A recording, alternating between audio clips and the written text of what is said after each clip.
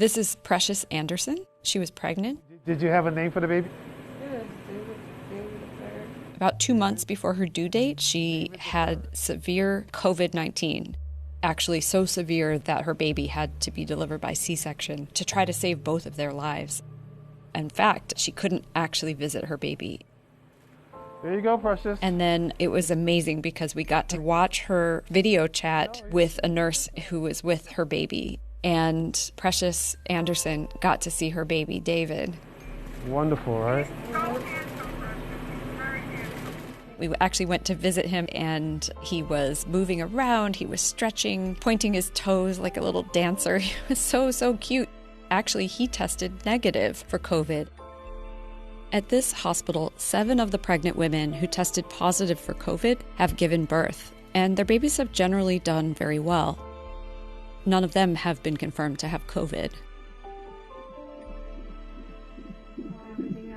I'm Sherry Fink. I'm a correspondent at the New York Times. For the past several weeks, Victor Blue, a photographer, and I have been able to spend time at the Brooklyn Hospital Center. And for the story published this week, we spent time with pregnant mothers on maternity and in the intensive care unit. What we're finding out sometimes is that a patient comes in totally asymptomatic and starts to have symptoms in the postpartum area. We had a couple of those over the weekend. Dr. Errol Beyer is the chair of obstetrics and gynecology. And he said that this moment, which should be such a joyful moment in a family's life, bringing new life into the world, that in fact now it's anxiety-provoking. How you doing? What struck me was people doing the typical things you would do on a maternity ward, but doing them with masks, with face shields, with gloves, with gowns. And I'm going to put her on the EFM machine, monitor the baby, the heartbeat of the baby. Many of the staff members on the maternity ward and in the neonatal ICU are out sick. So there is a level of fear. Bashari McKenzie was also on the intensive care unit, and she's pregnant, and she got very sick with COVID. She was so afraid, and of course it's really hard because you're alone. You can't have any visitors.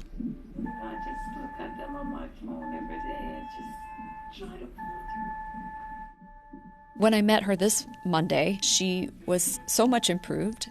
My 3-year-old daughter keeps me going. And she was able to continue her pregnancy. Your respirations are pretty okay. Okay? Very good. So there are a lot of very sad stories with COVID-19 of people in the intensive care unit, many of them not making it.